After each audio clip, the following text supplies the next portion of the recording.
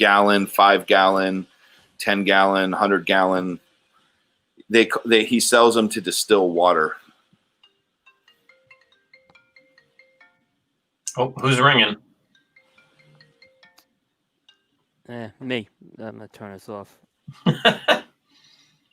Coop, we're gonna put you in the waiting room, and then Yeah. we'll bring you on. Jeremy will do the official introduction and bring you on after the show gets started. All right? No problem at all. Awesome. Thanks. All right. We Tony, does it smell at all? Like if you do that indoors, would it like have a weird? Yes, it's ethanol. You're making ethanol in the first part, which is gasoline. So it smells like gasoline when you're first making it, and then you get to the heart, and then it's like a sweet smelling. But it is super dangerous to do indoors. Like that's why so many like houses. It's the same reason. It's like cooking meth, right? The reason it's illegal is not just because it's producing thing. It's because it burns down everybody's mobile homes that's making it. Yeah. Well, go ahead. Well, I was going to say, I think that the chemicals in meth are a little bit different than the chemicals in alcohol. Yes, but they both are extremely flammable. Fuck it. You know what? I'm just going to do it in my house. I'm going to do it in my living room, and I'm going to burn the shit down. You're gonna do it right in the new house and make it smell awesome right away. Yes. Well, I'm going to smoke a Henderson cigar tonight. You know what I'm smoking tonight? You know why I'm smoking a Henderson cigar tonight? Because he's not making any La Barba cigars because we're back ordered on Robustos. Oh, he's making too I'm many of his own smoking cigars. an old Tat Black. Ooh. I was looking through my humidor and there was only one left in the box. So I was like, why? All that space is being taken up for one cigar. So, and it sounded pretty damn good. So why not? Jeremy. Go ahead. Nah, that's it. I was going to say that I finally got into my box of the last payday. Uh-huh. And we were talking, I only bring it up because we were talking last week about that Negrito, about that first run, the Broken Sword. Yeah. And so I got to tell you, this batch that I finally smoked one, it was the first one right off the top, was righteous. It burned awesome. It was like, that's one I've had in a long time. I was like, I meant to tell you about it because I was like, it was perfect. It was really, really good. That's dope. Yeah. That's always nice. Oh, this has a break in the wrapper. So this is going to become an ugly cigar midway through, but I don't care because who cares? I don't care what it looks like. It's a cigar. I'm going to smoke it. It's going to burn anyways. Jeremy, you know what I was thinking about this week as well? Is me? Yeah, I was. Because I was thinking about how much more time I've spent talking to you, and that it wasn't that long ago that I was, it was probably about 10 months ago, but I was trying to reference you to Tony. I couldn't remember your name. So it's like come this long way from like, who that guy, he's like, and he's like, You know what's funny is when I used to reference you, like, because I would remember Brandon and then I would forget it. I would say, the poet, the poet that does your commercials, and and he would say Brandon, and I'm like, oh yeah, of course. That's so cute, guys. Yeah. So Tony, I never forget your name though. For some reason, last night. Hold on, I need to get another. Go ahead. So I got my bottle. You got 1 minute. I got my bottle for today, yesterday. And I was like, maybe I'll have a drink before bed. I just needed another bottle. I drank that much of a liter of Tito's. That's what happened. I like when you're like in our work meetings. I only drink a little bit on Wednesdays. On Tuesdays now, and I'm like, I know, my friend. Like, look, we just need to accept. And then tomorrow I'm golfing with some guys from Rocky Patel, and then we're going to that new Avalon, the cigar bar, the cigar room thing. Yeah. And my dad's driving, so I'm gonna get super fucked up again tomorrow. So that's my week, I guess. I have not drank anything since Friday, where I drank 2 bottles of wine, except for don't we have to start the show? Oh, we're good. Yeah, we're counting down the seconds here. But I got drunk. I was drinking some wine and making some dinner, and then Ruth Bader Ginsburg died, and I popped another bottle and was like, "Fuck it, just getting drunk." One for the homies. Pour it out. Was it kosher? Were you drinking Slivovitz or Manischewitz? Manischewitz, I've had that. Dude, that would be amazing. It is Need to rough. turn No offense to our Jewish listeners, but Manischewitz is something. Have some matzo balls. Did you ever hear my whale joke? I think you've heard my whale joke. Maybe I should tell it before we start. All right, tell it and then we'll start. So a priest, the rabbi, and a humpback whale walk into a bar. And bartender comes over and says, priest, what can I get you to drink? And the priest says, I'll have a glass of red wine because, Jesus died for our sins, and he does the thing. And he goes to the rabbi, he says, Rabbi, what can I get you? And the rabbi says, I'll have a Manischewitz. I don't know why whatever, because it's kosher. And the bartender says, humpback whale, what can I get you? And the humpback whale looks at the bartender and goes, ew, ooh, ew, ew. You would think you're a dad already with the jokes. He's a humpback whale, Brandon. He can't talk. He looked confused. Like he was going to, like the whale was going to order something. And with that, let's start the show. 1 shot, 2 shots, 3 shots, 4 shots, 1 shot, 2 shots, 3 shots.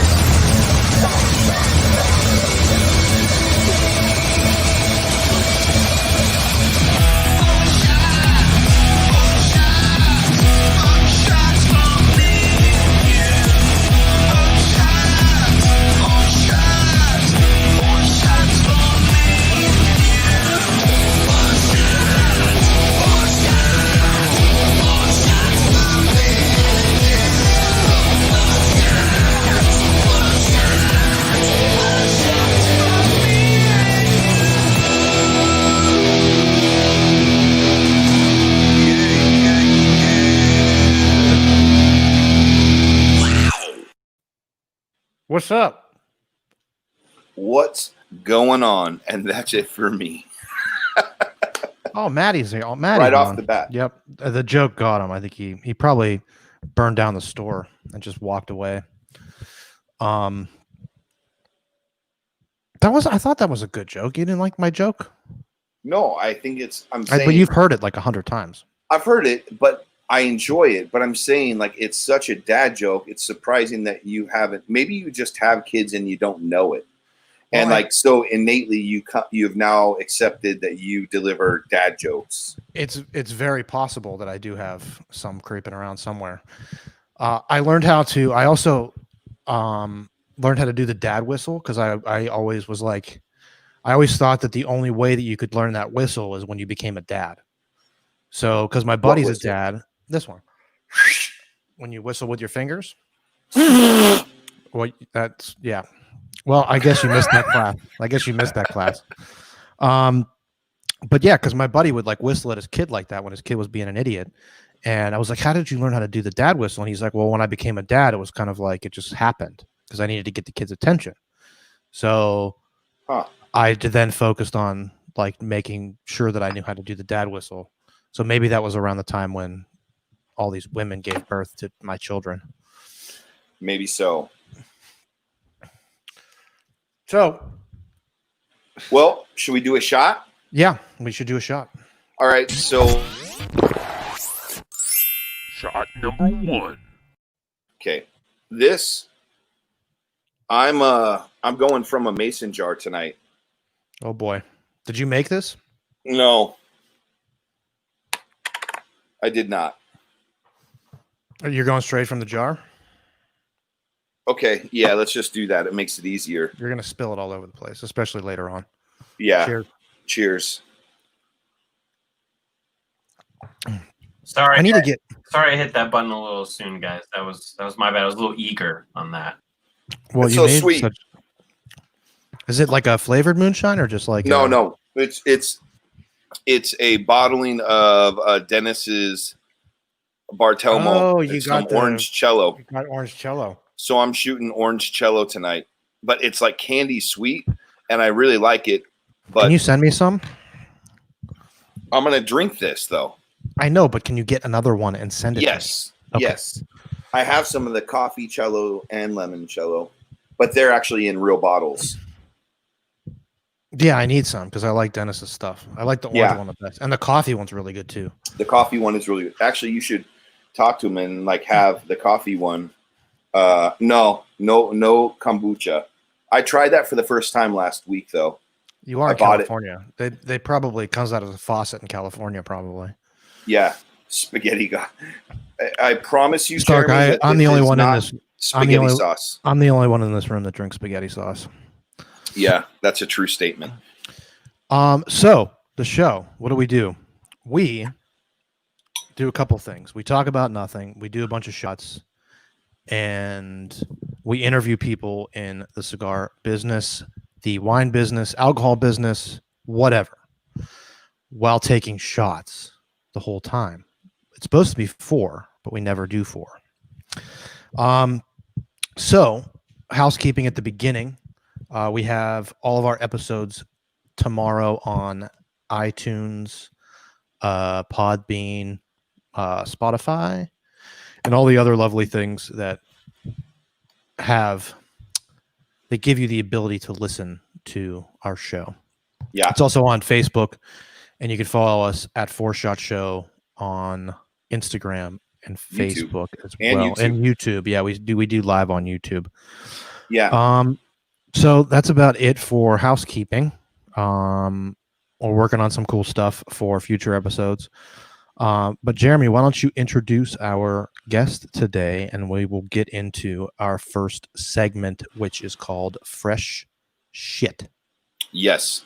So our good friend, he is a staple in this industry. As I wrote in the post, if you don't know him, you don't know our industry. There's tons to be spoken with about him, and I'm super excited to have him aboard because he's always the guy interviewing everyone else. So please welcome William Cooper, aka Coop. Hey guys, how's it going tonight? What's up, buddy? Hey, thank you. I'm super excited because I've been on your show so many times, and now I get to do what you do today. So turn the tables. It's kind of I've had this happen a couple of times now. I had the tables turned by a couple manufacturers, so it's an interesting position to be in. Yeah. Well, usually when you interview, if you interview Caldwell or Booth, they usually turn it around on you pretty quick, don't they? Oh, there's a legendary video from Chattanooga of them basically putting me in a sandwich. I remember this. I mean, I go into stores and I saw that that's one of the most talked about things I ever did. Yeah. Yeah. They both had the microphones and they were like, like you were in the middle and they were just humping you. Oh, that's exactly what it was. But it's on the Cigar Coop YouTube page if you want to actually relive it. It's from the old Chattanooga tweet up. It was happened at. Wow, those were the good old days, man. Before all this crazy shit happened. Oh, yeah. I know. And again, I want to apologize to you. I know Jeremy reached out to me and I switched phone numbers. So he was like, "Why didn't you get back to me?" And luckily, somehow I got an iMessage from him, and I was like, "Hey, here's the deal. I switched phone numbers, so I'm glad we were able to make this work out." Yeah, he sent me your new contact information so I can bug you whenever. Yeah, exactly. Yeah, so that's my fault. So fresh shit. What fresh shit is a segment where we talk about something that happened to us this week. Doesn't have to be cigar related. Could be anything: video games, music, something, a new whiskey you tried. So we can start with Coop. I mean, is what actually Brandon's got to play. That is one big pile of shit. I don't feel so good. The mother rhino is giving birth. Its wrapper is a piece of the original U.S. Constitution. Coming out of me like lava. At the rate you're carrying on, that's a small fortune going up in smoke. Well, I like smoking. Oh, you're really doing it, aren't you? You're shitting in the street.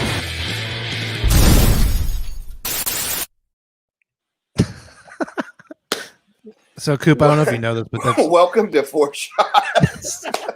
You guys have great intros. You guys have really some cool intros. That's all Brandon.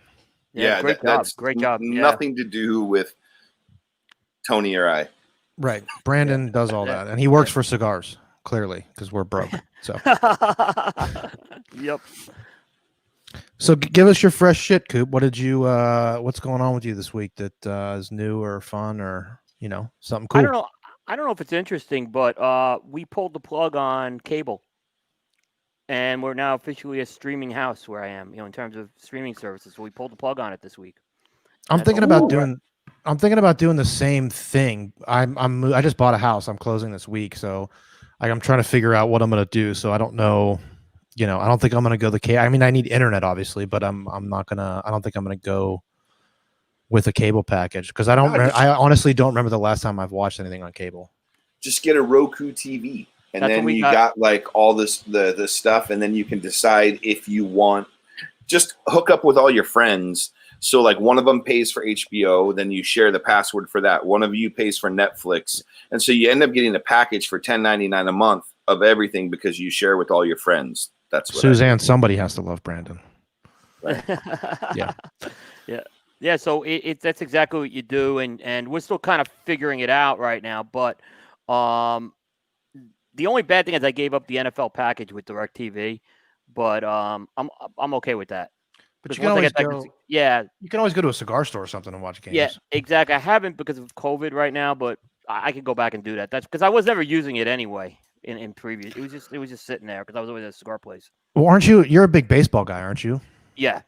Are you? So what are you going to do about baseball?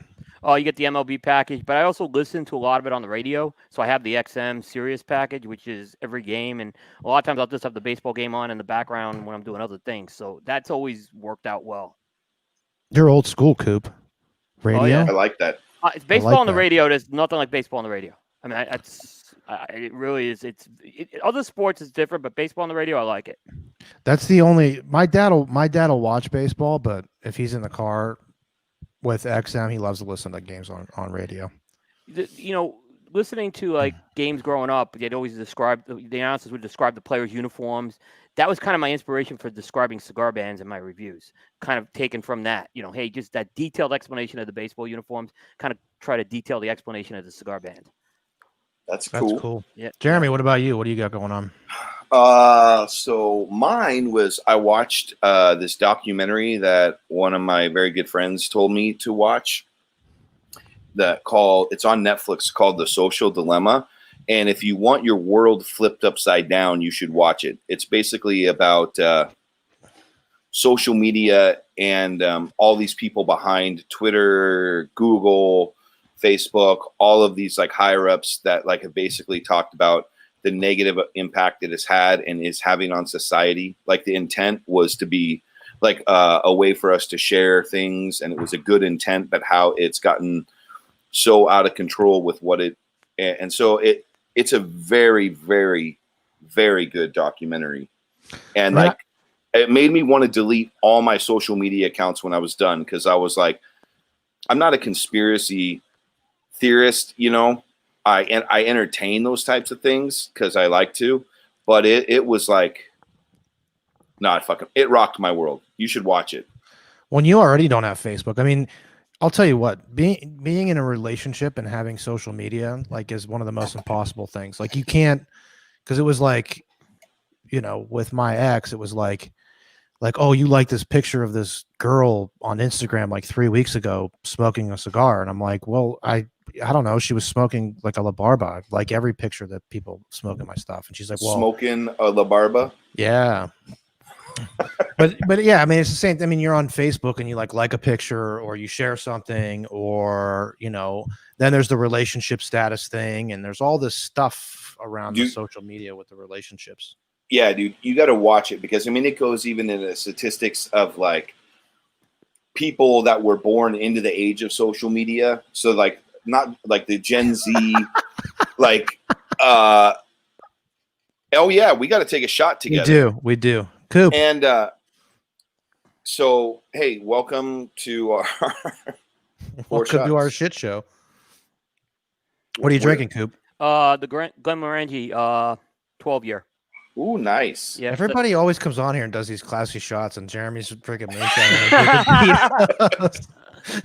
You're probably smoking like a 30-year-old Opus, and we're, Oh wait, is he going to play the shot 2 thing? Shot number 2. Cheers. Oh, I already did it. So did I, but I had it. I had a bonus. We should really work out whether I should play it before the shot or after the shot, because I never know if it should be like when you're doing it. But that's a discussion maybe for off mic. But comment down below and tell us your thoughts. It could be before.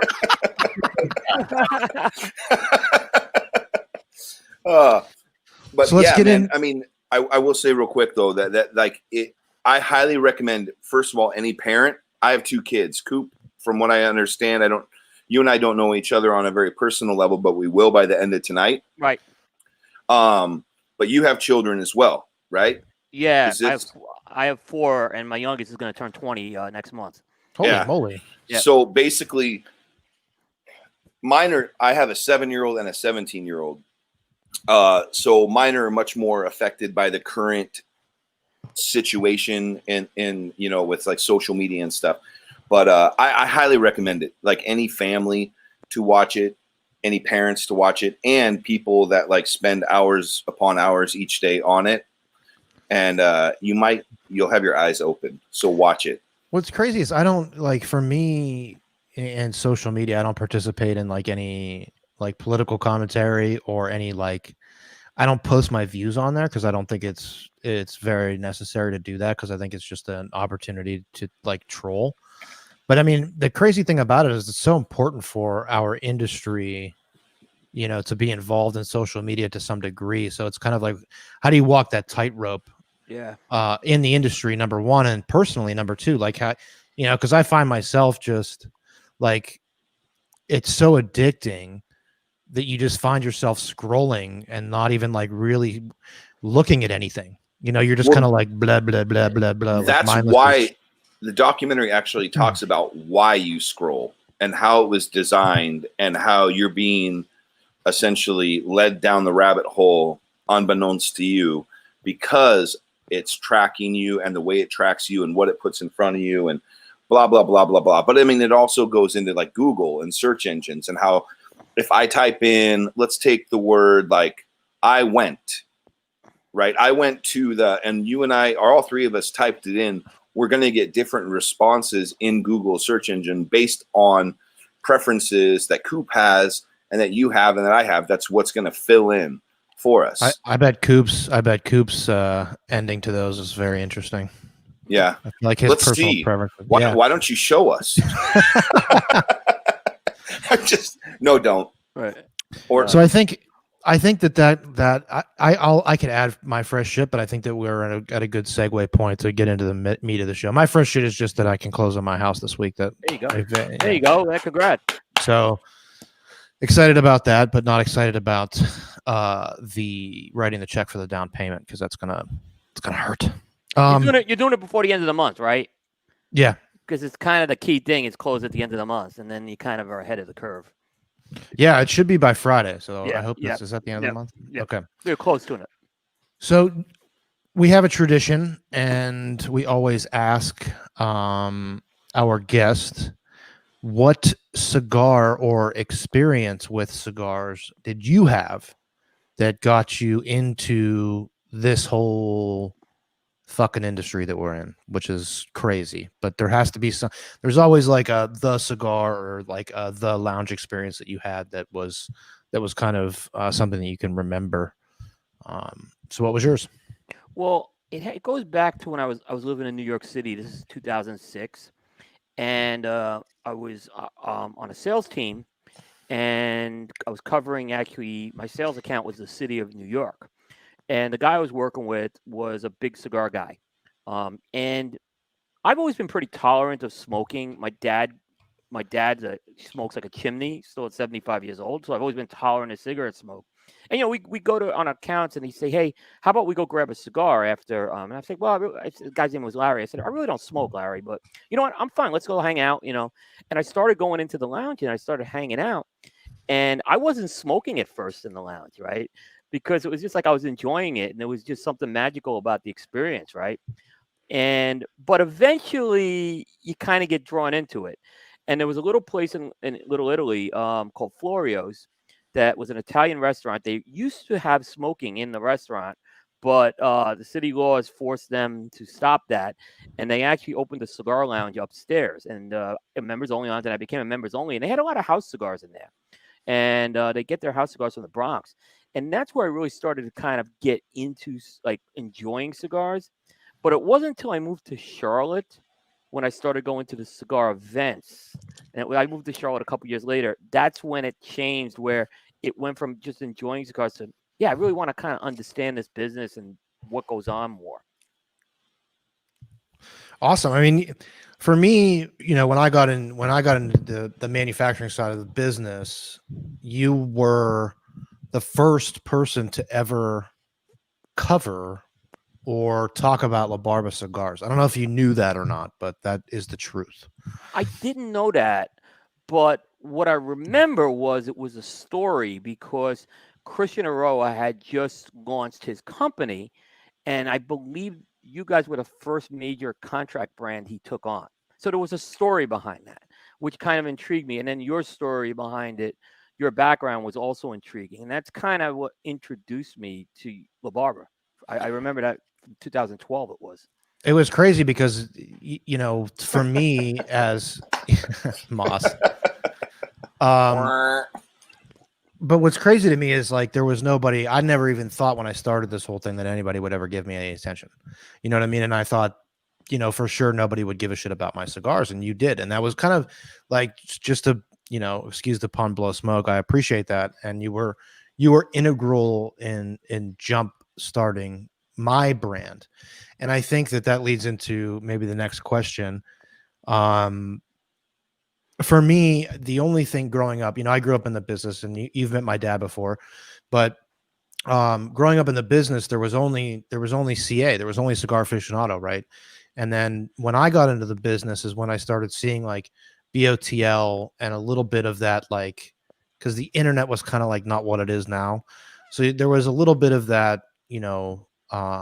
culture out there with Reddit and BOTL, but there really wasn't anything succinct and kind of how you do things. So to me, you were kind of a pioneer. So one of the questions we have for you is like, what were the challenges that when you started? Because now today, and I'm kind of going back and around in a circle on this, but like today you have so many different irons in the fire with so many different things that we want to cover later. But what was like the main challenges that you faced immediately when you started this? Like were people not paying attention? Like how did you get it into people's hands, and how did you get people to read the meat of what you had going on? Yeah, I kind of just wrote something about this because Cigar Coop just had its 10-year anniversary. Congratulations on that, by the way. I did see that. Yep. Thank you very much. And it was an evolutionary process and how everything developed in terms of, I didn't know what this was going to turn into when I started it. But what was challenging was getting information out there. And Charlie, and I know Charlie Minato has said the same thing. When I started, there was not a lot of accurate information out there. The information was incorrect. Most cigar companies, the way they kind of announce cigars is they sent a fax to Cigar Aficionado, and they hoped and they prayed that fax would get printed in the next issue. So this notion of real-time thing was not easy.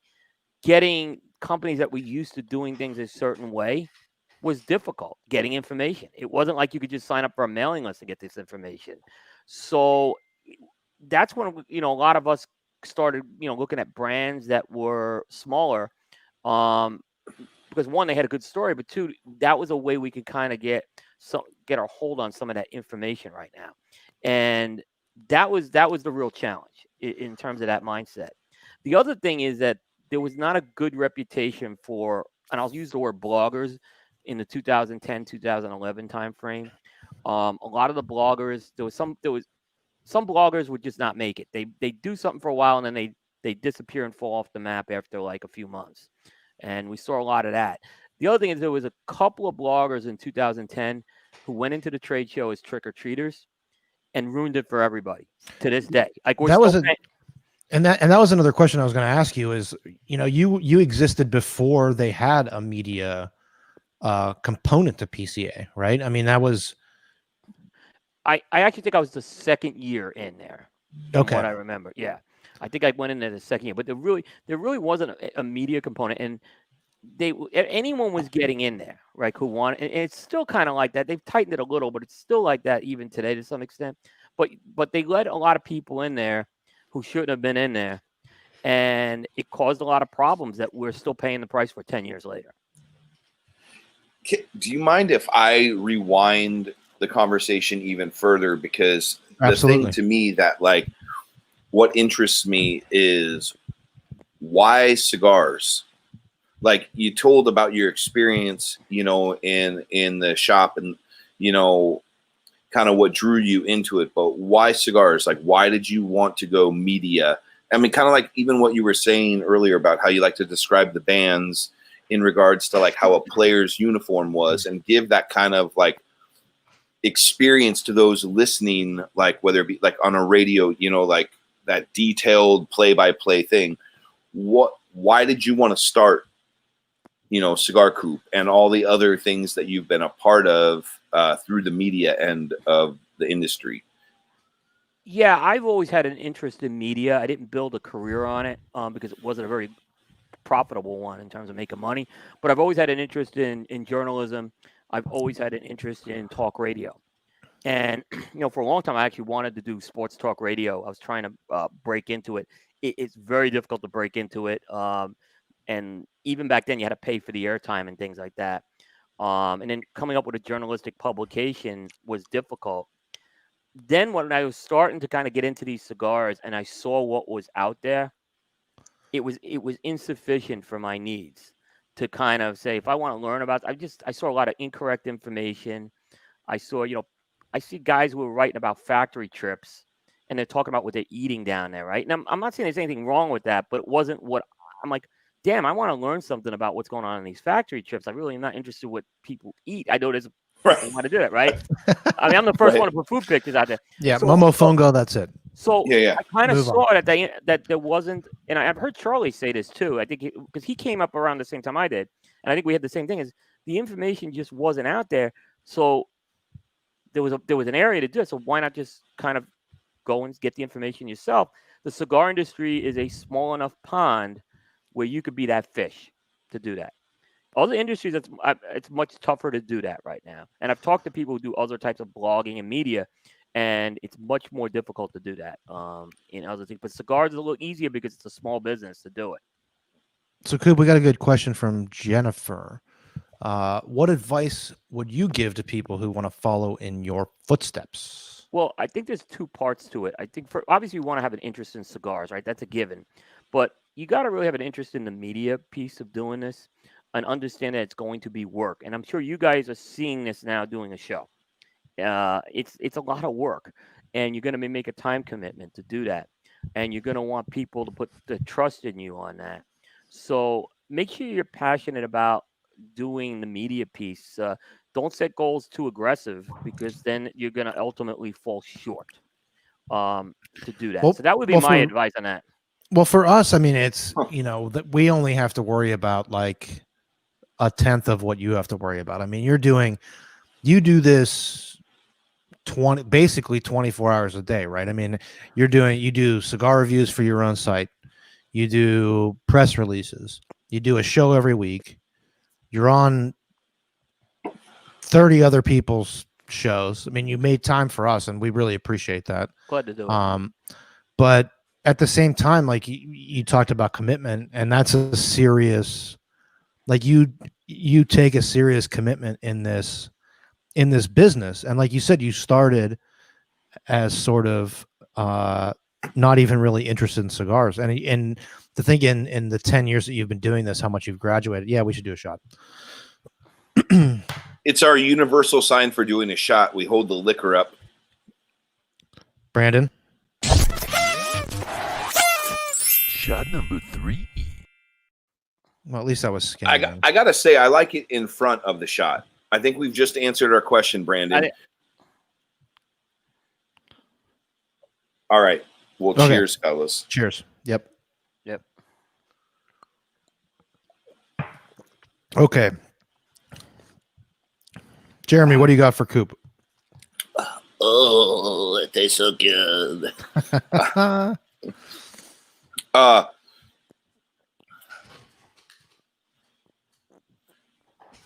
So one of the things, of course, right. So over the course of years, so I entered the industry 2001 on the retail end of it. Tony grew up in the industry because of his father and the work they've done with the shops. And you came in, roughly around 2010, right? Because that's when you started. You just celebrated. So what are the biggest things, some of the biggest changes you've seen within the industry that since you started covering it? And I know that's a huge question because it's an entirely different industry now than it was 5 years ago, much less 10 years ago. And I 2001. I mean, it just goes and goes and goes, and it's changed so much. But what are some to you that you've seen the biggest changes since you started in 2010? Well, I actually wrote about this when I was doing this, like what I thought was the big story of I was trying to figure out the big story of the last decade, from 2010 to 2019. And I didn't really want to go down the FDA route, right? Because that's just too easy. And not to blow smoke up Tony here, but it was the whole lost and found movement that I think changed the industry a great deal. The idea of, and it was, you guys weren't I'm not gonna say you guys were the first to do it, but you made it. You guys were the first ones to say, this is what we're doing. We're going into these factories, we're getting these cigars, and you know what? We're going to repackage these cigars because we know they're good cigars, and we're going to sell them. And you guys did it like nobody else did it, right? And then what happened after that? There were other companies that came along and started doing that. Mm-hmm. But you guys were the first ones, I want to say, made it cool. I think, a lot of like private label and single store releases were being done like that, but you guys built a brand around it, which was something very different, right? And that kind of, I think, contributed to a lot of the whole small batch thing that happened right now. And what are you now starting to see? You start to see the bigger companies now trying to do that. And I've seen, I can tell you, General Cigar's done it. Okay, look at some of the releases. They're doing it with some of their releases right now. Well, it's funny because it's funny because a lot of the people that we were buying cigars off of are now like, no, we're going to use this for our own. And we're like, what the? They figured out that they could market it and actually sell the stuff that had been sitting there for 10 years, and it's like, oh well, there went the basket, But, Davidoff's doing it. Davidoff is doing it. Okay. Oh, I mean, that's a big change for how Davidoff was doing business. I mean, you think about it. And it really went back to Lost and Found. I think Lost and Found was the one that really started that revolution there. And it changed a lot of how we covered the industry too, because those are releases that you can't invest a lot in press cycles. We understand that. But nonetheless, there's an audience and there's a demand for that. And that's part of what was captured. I think that was a big change I saw over the last 10 years. That how this kind of steamrolled, and where now the bigger companies are doing it. It became a cool thing to do. Well, I think what? Oh, go ahead, Jeremy. No, I was just going to say, what I find entertaining, and I'm sure all three of us would come into agreement on this, is there tends to be a lot of I've read, not from the consumer end, but from the manufacturing perspective, almost more hate on that concept than anything else, because it's like, oh, they're not blending cigars. Oh, this isn't Roberts. This isn't Tony's. This isn't, they're repackaging something and they're selling it at, a profit. They're buying it for pennies on the dollar. And my thing, whenever that's come, is you're missing the point of it. I mean, the cigars aren't disclosed what they are, but there have been certain releases that are easily identifiable based on maybe that's the only size that has come out from that company. Right. And people are not realizing you're getting a limited edition that was, 8 years old at $11 a cigar. When it was on the market, it was a $17, $18 cigar. And you're getting to experience it Lost and Found was your humidor. You know what I mean? Like you got to age something and smoke it.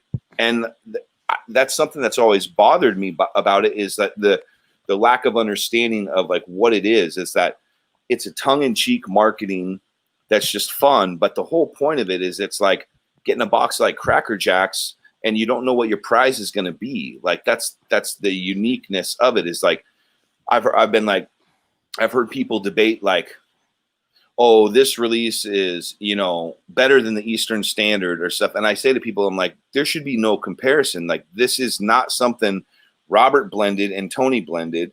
It is about something that they purchased and want to give you a fun experience. That's really what it's about. Like, try how many people sit on cigars outside of the ultra collectors that are going to sit on something for 10 years.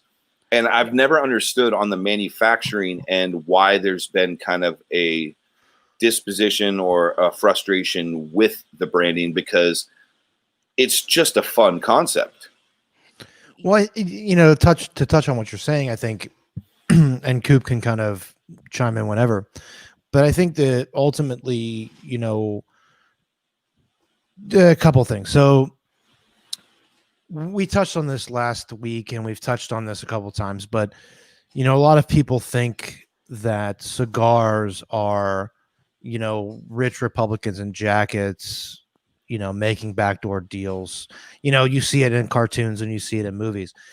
And I think that our, you know, kind of aspect of it, and Coop's aspect of it when he covers these things, is that we're trying to blow the lid off of that preconceived notion of that cigars are for everybody, right? And that's where Lost and Found came from. But it also came from the thought of people were talking about negociant brands, right? So a negociant in the wine industry is somebody that tastes wine and then holds onto it for a certain amount of time before they release it, or they go to these small producers all over France and Italy and Spain, and they taste these wines that have, you know, subpar marketing that wouldn't work in the United States, because ultimately you guys all know that marketing is like 90% of the battle, right? Yeah. So if you have a great fucking wine, but you have like this terrible brand, it's never going to make it anywhere. So a negociant's job is to find those wines and use their palate to find them, and then create the appropriate marketing opportunity to get those cigars to the public. So I think that we're in an age in the cigar business where there's a lot of negociant manufacturers. You know, Henderson makes our cigars. You know, they make Tabacalera Ventura makes our cigars to our specifications that we blend, but ultimately we are a negociant brand in every aspect, in that it reaches our approval point, and then we release them to the American public.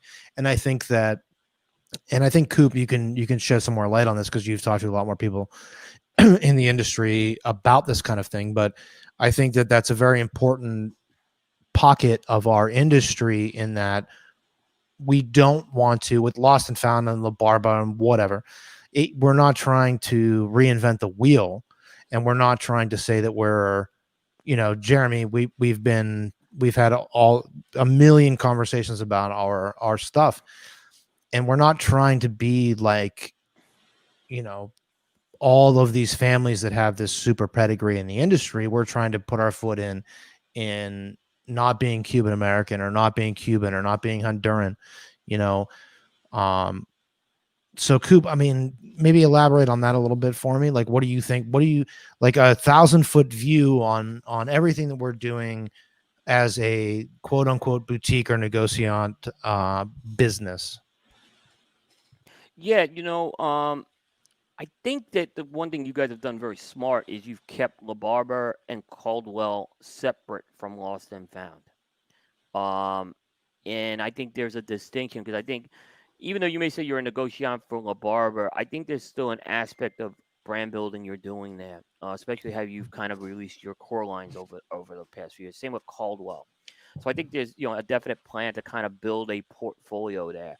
For this separate entity, I think has really helped with that. And I think the transparency you did with Lost and Found was a key thing as well. I mean, you made it very transparent what you guys were doing, which was probably the first time. I think FDA helped out Lost and Found a lot because remember 2016, no one knew what they were going to release next, but you guys had this option because of the things you were getting out of Lost and Found. So I think kind of putting all those things together, that it was kind of like the perfect storm.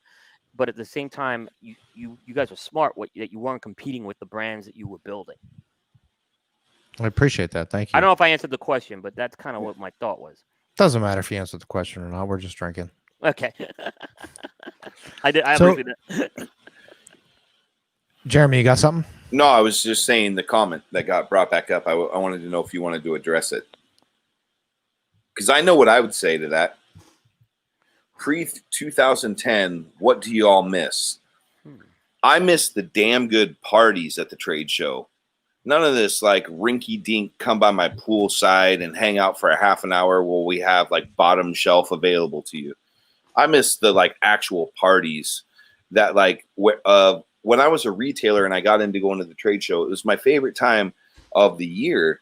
Like, because one, you get to go, you get to see your friends, and that's still true now. But there was a sense of like it was special. The show was an experience, and like you didn't want to miss it.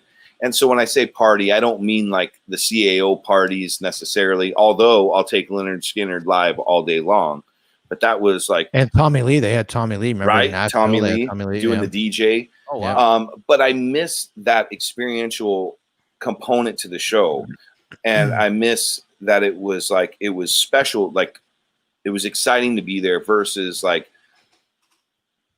it doesn't have that feeling anymore. Now it's more of like a let's hustle and just, and given I've changed sides of the industry, so I understand that it's not exactly the same thing, but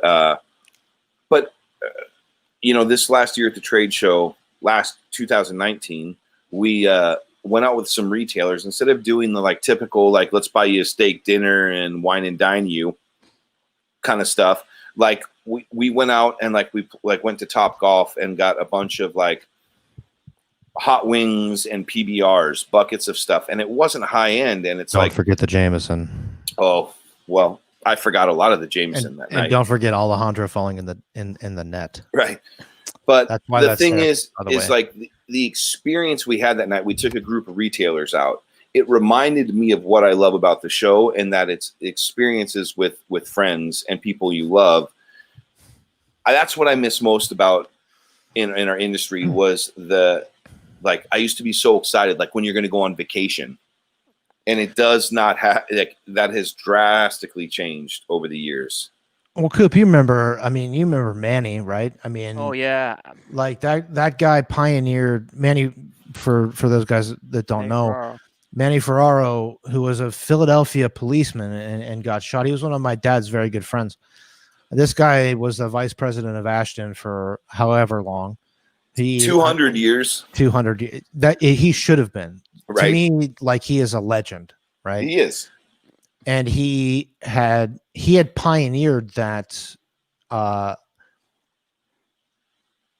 party dinner trade show kind of thing, like going to an Ashton dinner in like 2005 or 2006, I think, that when he was still around, was like the most extravagant experience ever. Yeah. And it was very special. And I could tell a story, but I'll tell it after, about my experience with Manny in that, because we're trying to make this show an hour and my story is about an hour long. Okay, so but I think we should do a shot. I agree. Shot number 4. Cheers. Cheers. You know what I like, Will, is that you've changed bottles. Like, you had a Woodford bottle, then you had the Glenmorangie, like, or at least what you're showing. It's like, Yeah. are you just an alky? No, I thought it was 4 shots, so I went with 4 different liquors. Oh, that's amazing. I like Yeah. that. You're the first guy to do that. Yeah, I figured, people. It's rare you'll see me drink on a podcast, so this is a treat for folks. Yeah, I talked to Bear. I talked to Bear the other day, and he said you guys were talking about the show, and he said that you were excited to drink on a show, but kind of nervous about it. But I love Yeah, it. well, yeah. Well, you know, Coop, it's funny because I think like people have this perception when they're first coming in and getting, because like this is a new thing, right? And being the fact that there were manufacturers, and oddly enough, today is probably the first day that there's actually been conversations in regards to our companies, because typically, like the reason Tony and I did this is because like I was doing like a coffee and cigar thing in the morning with guys during quarantine, and then Tony was getting drunk and doing like Tito's with Tony. Weird. And like It's weird. so Now we I'm doing decided Tito's with to everyone. like combine forces and like, hey, let's reverse the roles. Let's talk to manufacturers. Let's talk to people, influencers in the industry, and reverse the roles. But it's actually purely for our enjoyment that we're like doing this, right? And it's not, I think a lot of people have come on with kind of the, is this going to be a sales pitch for our companies? And Right. and we really have tried to stay away from that, because like the perception, like we want our friends and we want people to see that like this industry is made up of friends, and you might be a manufacturer, and yes, we might be technically competitors in the sense that we're both selling cigars, but that's secondary to the fact that we're actually friends. And like when, you know, at the trade show or when we get the opportunity, like we hang with each other, we spend time just like shooting shit and talking life, and but we're always smoking cigars. And that's kind of like, we wanted to kind of pull back the veil and be like, hey, like this is what our industry is about, is camaraderie, community. It's the same reason why consumers like to smoke, right? Is the same reason we're in this industry. And so Yeah, we wanted to Jennifer make Sims it, has a lot of questions. yeah, she's going I for it. like But this. I mean, I like this. it. Yeah. that's part of the, you know, fun of this whole thing is like, and why we wanted to throw the shots element into this is, one, we like to drink, but two, it just like, let's get uninhibited and just talk as if we were sitting on a porch hanging out at your house with you, and like get to know each other and let people see us get to know each other. You know what I mean? Like, and I think that that has something that whoever wants to see it can, you know, like you would think our show is the rapper binder filler conversation, but it's not, and it never will be, because guys like you and guys like Charlie already do that so well. You know what I mean? Like that is what you offer, as well as like, yes, you show the personalities of the manufacturers, but You guys keep talking. I'll be right back. I ran out of alcohol. all right. But you know, to me, part of this whole thing is like, I don't think people understand how much a portion of the heartbeat guys like you are to our industry, and what you contribute to the mass, the world, in obtaining that information. Because like the only way someone's going to find out something about me or Tony or Robert is typically when we're in a shop with them. And it's usually a fast paced, like, I got 5 minutes with you, I got 5 minutes with you. And you kind of give the like, hey, let's spotlight this for a moment.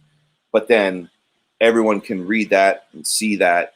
And I think that that's a really powerful and necessary part of our industry that sometimes gets overlooked, in the fact that it helps the industry move forward. And I don't know if you look at yourself in that way, in what you're contributing to the industry, but as a cigar smoker first, a guy that was worked retail, who is repped, and, you know, a sales manager, partner, whatever, all these like titles, like you guys are essential in making it move forward to whatever that's going to be, you know, and it's constantly changing. And like, here's kind of a conversation, like, our question I'd like to ask that's a little off topic, but how do you feel your role plays in to like the now and potentially 2 years from now into our industry, you know? You know, I think there's always something that you could learn from teaching. I think there's a thing, and I'm not necessarily, by no means am I the most educated person when it comes to tobacco. You know, I mean, there's people who have more in their pinky than I have in my whole body to learn about tobacco. but I do like to think I understand the industry and the industry trends. And if I can teach people and inform people about that, then I feel I'm making a contribution there. So that's kind of how I look at it. Or if I'm able to kind of recap something, and people come back to me saying, "Hey, you did a really good job. I read your article, or I saw your show, and I liked what you asked, or that interview you did." That's kind of something that I feel like I've made a little bit of a mark right now, and that makes me feel good on that. I'm not as big as some of the other entities. Like Half Wheel's a much bigger entity. They're very different than what people compare us to Half Wheel a lot. There's a lot of differences, and I could do a whole hour on that, right? But we're not the same. And in the end, if I'm kind of like I said, if I'm making a bark, if I'm giving people a smile on that, I'm happy about that. As long as I'm not losing a ton of money doing it, because it is costly to do this stuff, as you guys are probably aware. Do you see it? I know, but it just like seems like such a nice follow up to that. Do you see like kind of like, because you're kind of the OG in this realm of like broadcasting and giving cigar news, do you are you excited to see more people get into it because it'll be from different perspectives, or is there kind of the old guard and the new guard of like, hey, if you're going to do it, like, or you don't want them there because it's competition? Like, I'm just kind of curious to like how that feels from your perspective, doing what you did and being one of the earliest guys to do it. Yeah, I mean, there are things that come along that are challenging with that. There's and this just recently happened with a company. I worked for 2 weeks on a story that we had an exclusive window. Now, we never demand an exclusive window by any means.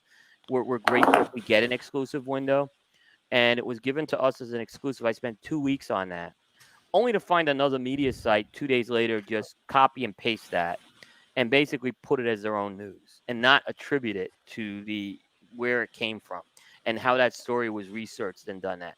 So don't get me wrong, I welcome a lot of the new guys. I'm happy to mentor those guys. But when you pull shit like that, it's bad. I mean, there's times I have to go and say, Aficionado reported this first because the company's got an exclusivity deal with them, and I can't get around that, right? I have to sometimes do that, right? But I'll attribute a Cigar Aficionado. But when someone's spending time working on this and you go print that as your own, that's wrong. That's just totally wrong. And that's where I have a problem with people who are doing quote unquote news. Well, it almost seems like plagiarism, right? I mean, it is. If you're, it 100% is. Yeah, you can't get. There's no way around that. It's kind of like they don't. So I never had. There's a couple of sites that have lifted words, but they're more rogue media. Like this particular site that lifted it, and I don't want to throw anyone I'm not going to throw under the bus on the show, but they kind of, the only place that article came from was Coop. And oh, by the way, I went back and talked to the manufacturer, and I know they didn't give it to them, right? Because I have a lot of trust in this particular manufacturer. So, and they had a communication plan. They had a big communication plan how this was going to be. It wasn't us, right? It wasn't you guys. This recently happened, and maybe folks could figure it out if they go to the Coop site. But yeah, it's just that when you put a lot of time into that, it's wrong. And I've seen another podcast, and they quote unquote review cigars, and then I'm listening to the guy talk about the review of the cigars, and he's using like some flavor note that I know I'm the only one who uses out there, right? And it's like the 5 flavor notes he got are the same 5 I got. Like, and I tend to use like a couple cliches like natural tobacco.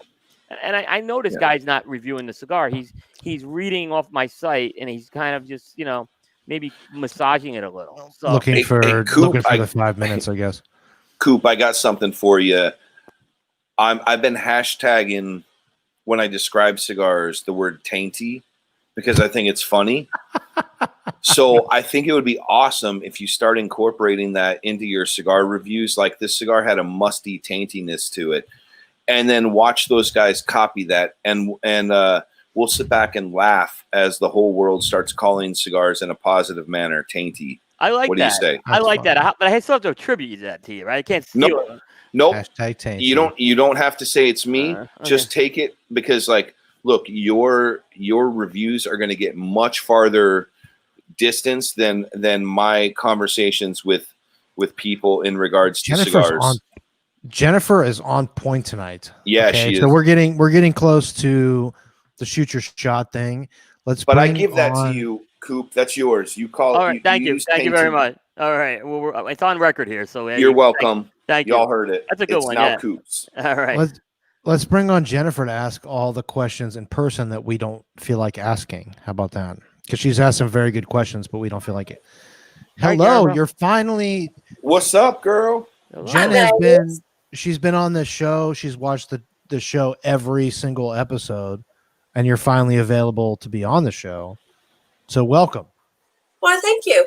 Normally, I'm still working at this time. I really felt very passionate about the subject, so I just put it down for now.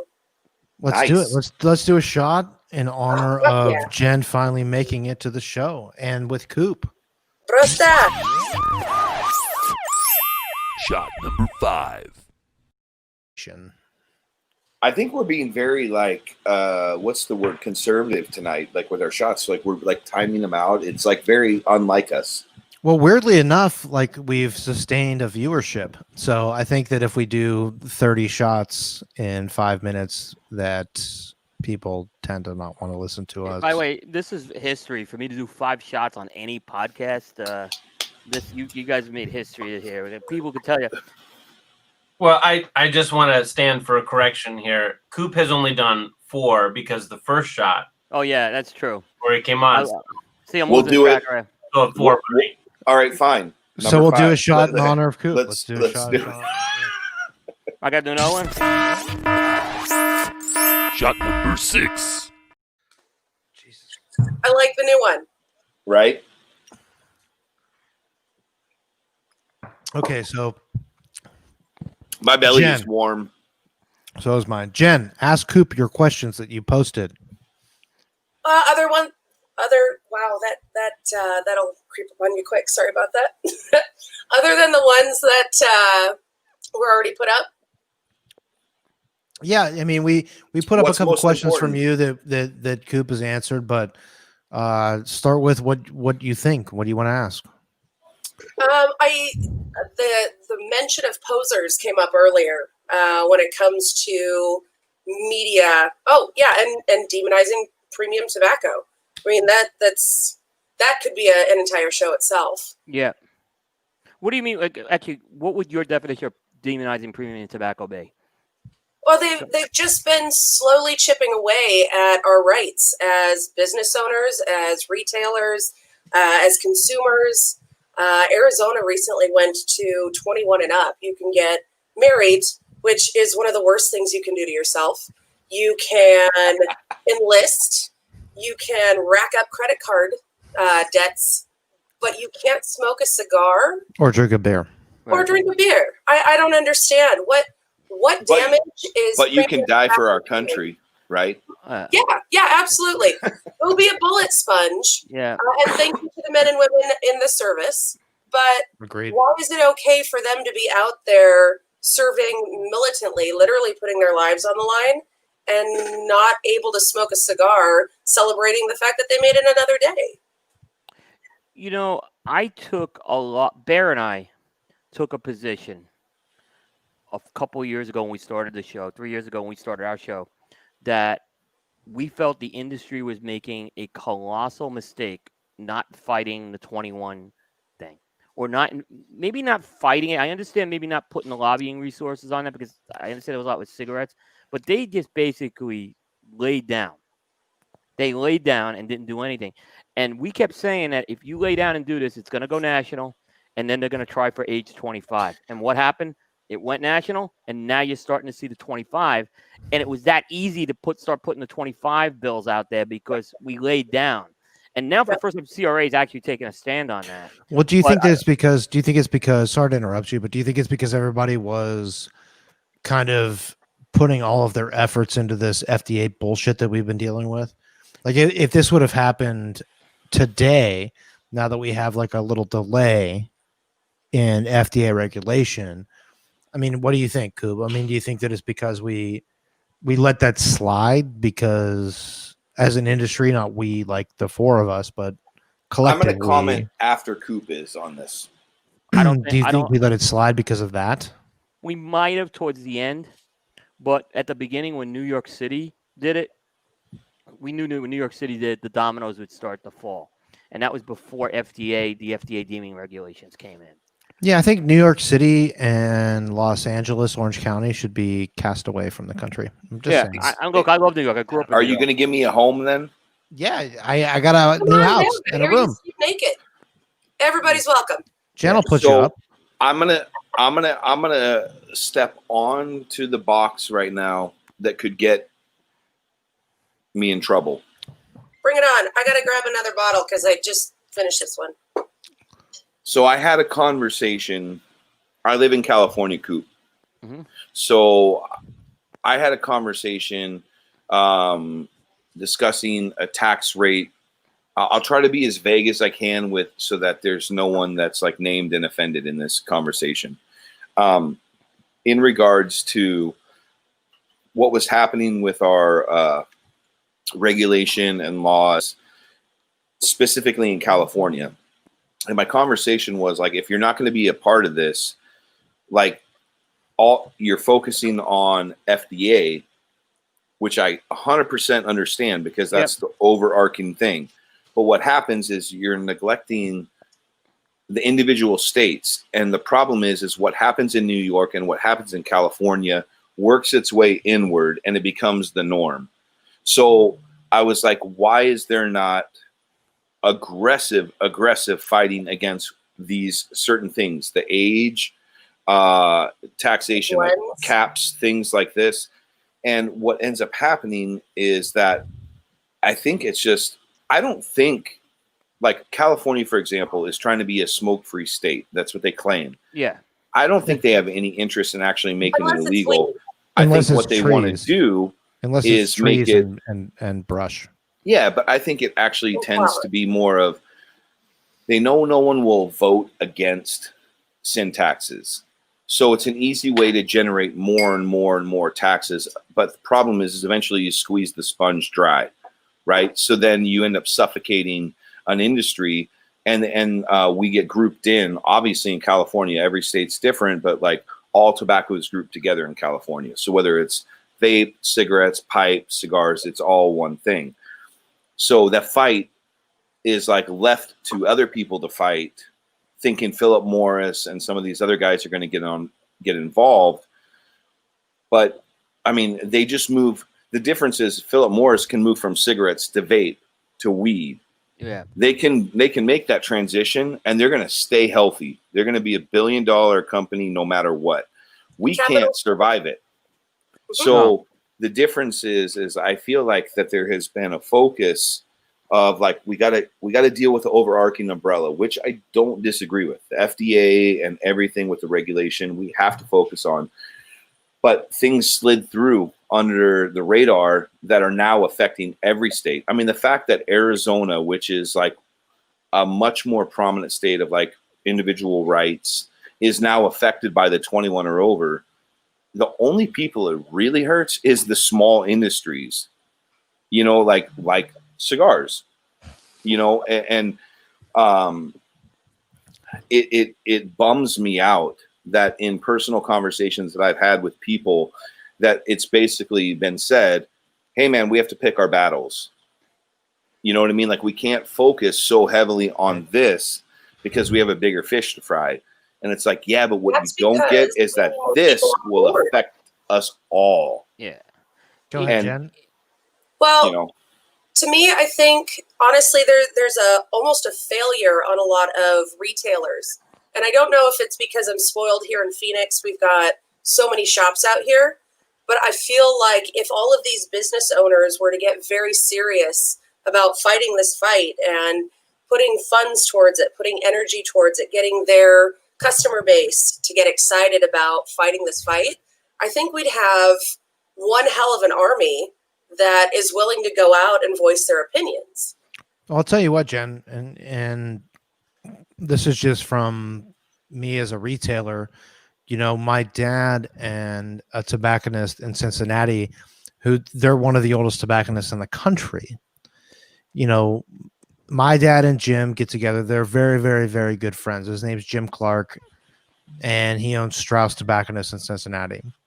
And they got together and started what was called the OPCPA. And Coop, I'm going to look to you for this because I think maybe you have some influence here. But my dad and Jim got together and they fought an 85% tax in the state of Ohio. And we do 2 dinners a year. And we ask Ohio retailers for $150 a year to pay for our lobbyist. And our lobbyist has successfully fought massive taxes in the state of Ohio because the politicians don't understand that if you increase the tax, then you're going to decrease the sales. So we used Michigan as an example because it's a neighboring state. And we realized as a group that raising the taxes is going to give the state less money. And I think that's an important fact because most states do not want to hear that they're going to lose money. And I think the problem with California and New York and a lot of these places is that retailers, manufacturers, and customers have not gotten together and said, like you have said, that they haven't gotten together and said, okay, this is our organization. We're going to hire a lobbyist, and this guy's going to go fight on our behalf. Because ultimately, like our representatives and our congressmen, state congressmen and state senators, and we'll just keep it at a state level for now, but they're not acting in our best interest, right? So if you get a lobbyist to kind of grease the wheels and let them realize, the wheel gets the grease. Right. Exactly. You're exactly correct. And Coop, what do you think? I mean, nationally, we were talking about like PCA, RTDA, and CRA and earlier today, and I think that that's what they need to focus on is kind of gathering groups in these states that are threatened and getting everybody together to kind of say, okay, $100 a month or $50 a month can really change the outlook of the industry in your state. It's very hard to organize people, and there's never been an organization that can do it. Well, one of the things, you know what? Go ahead, Coop. Coop, you talk, and then I'll mention something. Oh, no, I didn't mean to step on you, Jeremy. I apologize. You know, there are some states that have done that very well. New Hampshire is probably the model. I look at how those retailers have gotten together. And when there's something that's in Concord, New Hampshire that's threatening the retailers, they are there. They have a very strong trade association, and those guys compete very hard against each other. We recently saw something in Rhode Island where there was a tax thing as well with it, where they kind of organized and got together, and they went into Providence as well. So I think there's a model for it. Other states have really struggled with it because they don't have a game plan with it, and they want to get people together, and they don't really have an action plan of how they're going to execute on it. I think that a lot of them are like competing, right? So they're like, oh, like I'm going to compete with this guy, so why would I get together with this guy? But they're not looking at the ultimate goal, right? Well, yeah. Tony, what I find interesting is when I go into shops in California, most of the people that smoke cigars are completely uninterested with discussing the politics of cigars, because there's a sense of like, oh, you're worrying about nothing. Nothing's going to happen. Don't worry. You're overreacting. And it's like they don't understand that the state of like that we're in as an industry on a national scale, and then on top of that, what the individual states, stipulations and laws prohibit or benefit cigar smoking comes into play. And I've said to guys like you in California, I've said we're one of the only states that like has billboards along major freeways that asks for a smoke-free state. And Wow. the interesting thing about that is, like, you're going down the 5 freeway from LA to Orange County, you'll see at least 5 billboards that promote smoke-free state. But Because are they allowed to post billboards to the opposite effect? no, I don't see stuff promoting necessarily weed and whatnot, but like really what it is that on the personal level, people feel like it's not going to affect me. So it's like watching a tidal wave come, right? And they don't move out of the way. And then after it crashes, now you're a product of dealing with destruction versus like being responsive, knowing that it's coming, right? And so like what happens in our state will happen eventually in the Pacific Northwest, will come out to Arizona, will come out to Texas. And because you have key markets in the U.S. that you can't ignore, you know, your Chicago, your New York, your California, there are market makers of everything, not just of brands, whether it's tobacco, liquor, whatever. There's key markets. And the focus, I feel like CRA, PCA, TP, all go through every organization in our industry where they have failed is that they haven't focused on where the targeted markets are that will affect the rest of the market. And grassroots campaign. Right. Why Right. aren't there CRA, PCA, etc. stands, billboard, whatever on every retailer's counter? They're more excited about selling Jetline or Lotus on that grab and go section of the counter than they are their rights. Right. And when you take someone's rights, they never come back.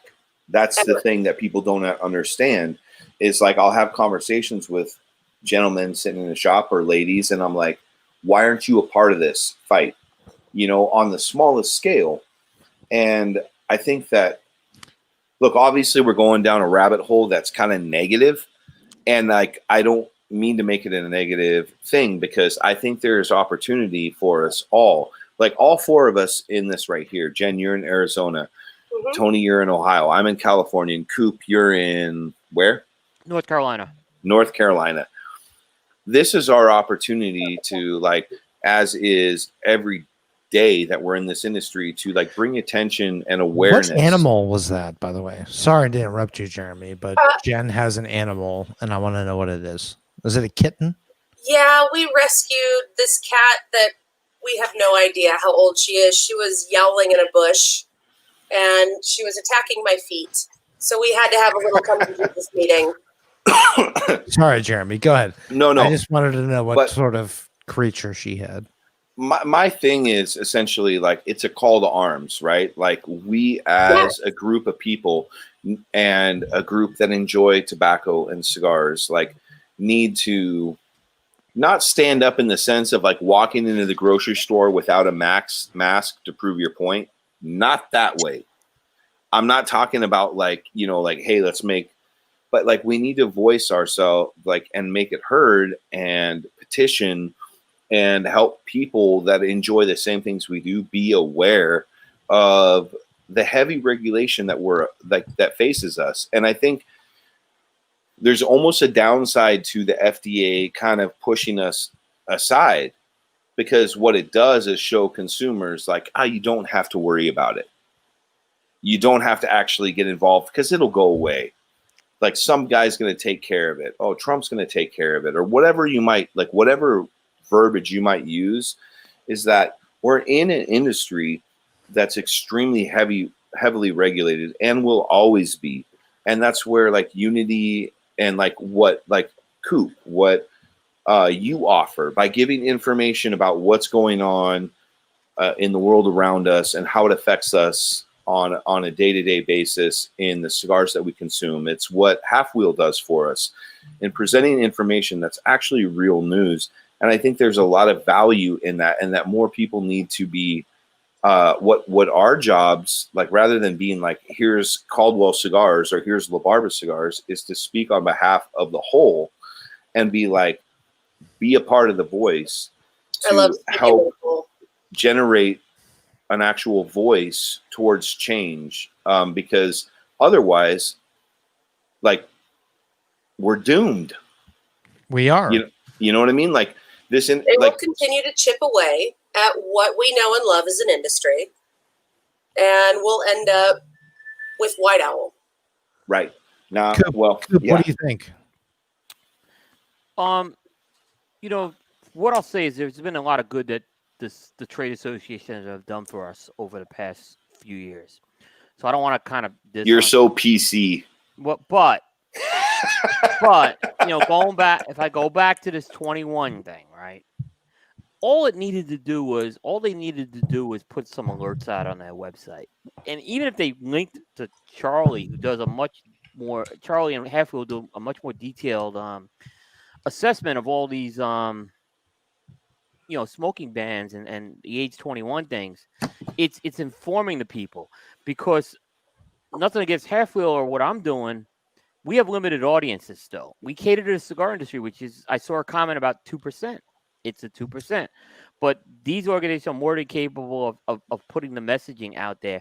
It doesn't cost a lot of money to put a link out there and alert and inform people that this is going on right now, that they're infringing on these rights here.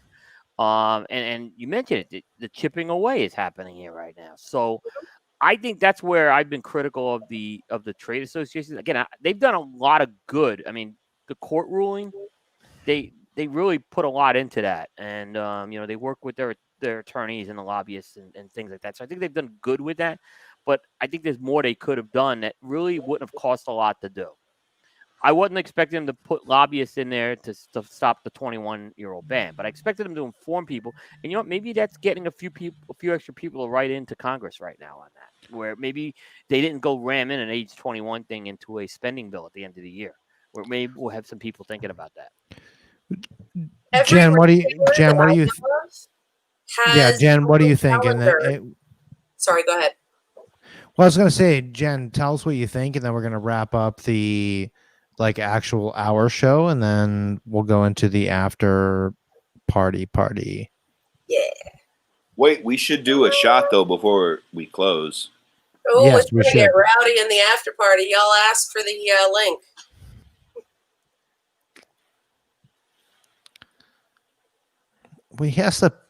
Brandon has to play the thing. I wait. That's all right. 7's good with me. I don't have a 7 video yet. I've only made this is what we got, guys. This was an improvement. Don't knock on my man. Listen, he's doing good. Just replay the 5, and we'll just add and scratch it out and make it right. Shot number 5. See how that worked? Perfect. I did both already. So Jen, every give retailer your I've thing. seen, at the very least, has a calendar on their retail, where you've got your register. That end game where you end up meeting everybody.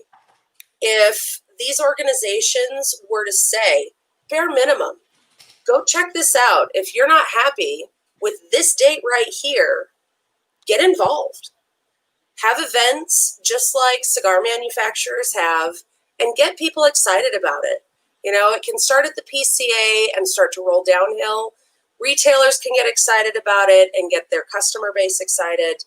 It's a very easy, albeit elbow grease laden experience, but it's not impossible. People have gotten excited about less.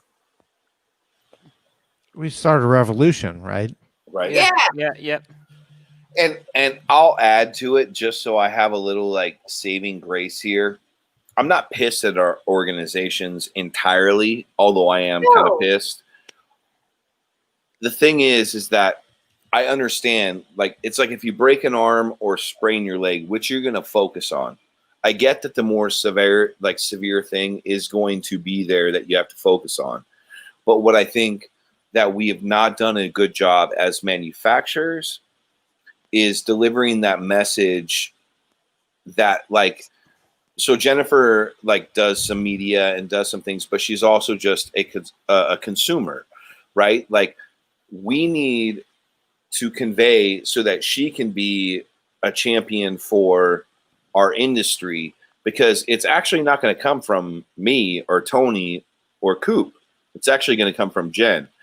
Like, you know, the change that happens within our states, within our cities, within our nation is that we have to collectively be unified and put aside, like, I don't want to deal with retailer over here because he's this way or he's that way.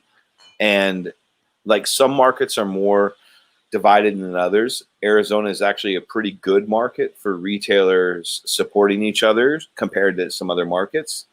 But I mean, we just need to be as an entire industry from the top to the bottom. And the bottom doesn't mean lesser. That means the consumer, the guy that smokes the cigar 3 times a day, once a week, twice a month, whatever it is, like that we need to educate them so that they understand their value in our industry, and that when they speak out, it benefits Coop having a job. It benefits Tony having a company. It benefits me being a partner in a company and a distribution company, that it affects it all, like the dominoes, you know, and that if we can be unified in the bigger purpose, then like, I think we can sustain the blows, because cigar smoking is not going away. Yep. I think you're absolutely right. And I think that to wrap up the kind of show that we have to, we're right on our cusp. So I think that to wrap up the show, I think that we have a very good population of people between the 4 of us that could essentially change the industry, right? And our 7 watchers. So, and Romania. Yeah, and Romania. So I think that we keep doing it. We keep trying to change the world. Coop's going to keep trying to change the world. We're all going to keep trying to do it. Right. And to wrap everything up, Brandon, you motherfucker. Okay, Brandon, you wrap up the show. Flash at you right now. Hey, Brandon, before you wrap up the show, I want to say something to Coop. Wrap it up. It's safer. No, stay in the mix, Brandon. I didn't want to kick you out.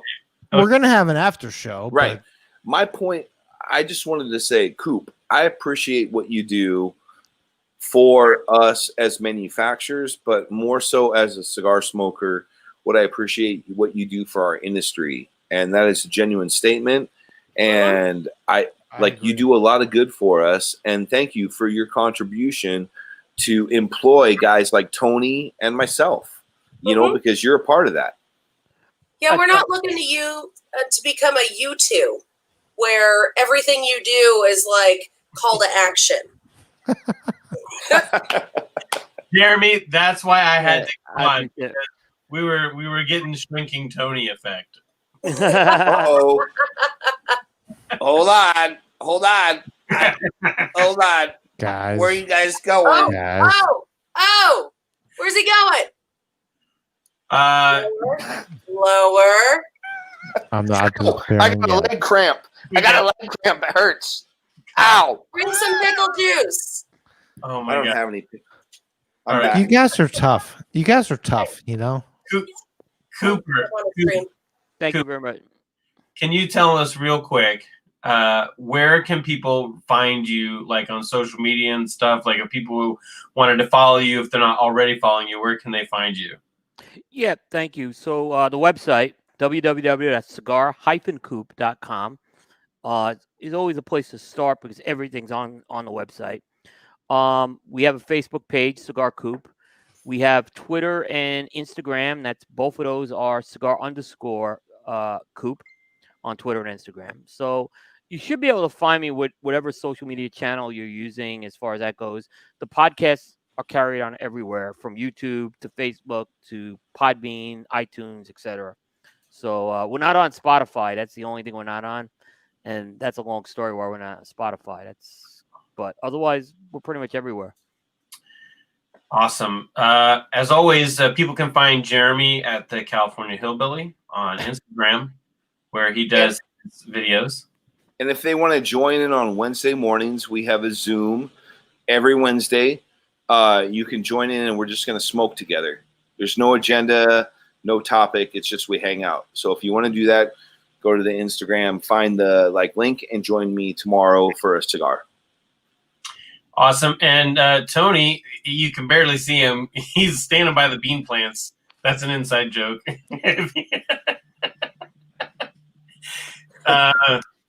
We'll have to tell that story and show that video sometime on the show. Yeah, we need to. Yeah, for sure. We'll tell it in the after show maybe. But thank you all for watching. I'm just going to wrap us up here. You can catch 4 Shots every Tuesday night at 8 p.m. or catch up on iTunes and all the streaming places you get your podcasts. But if you tune in, you can be like Jennifer and you can come on and shoot your shot with us and get drunk and crazy in the after show. All right. I'm always drunk and crazy though, so now I get to broadcast it. Me too. I love you. All right, I love y'all. We'll see you next week, everybody. Thanks, everybody.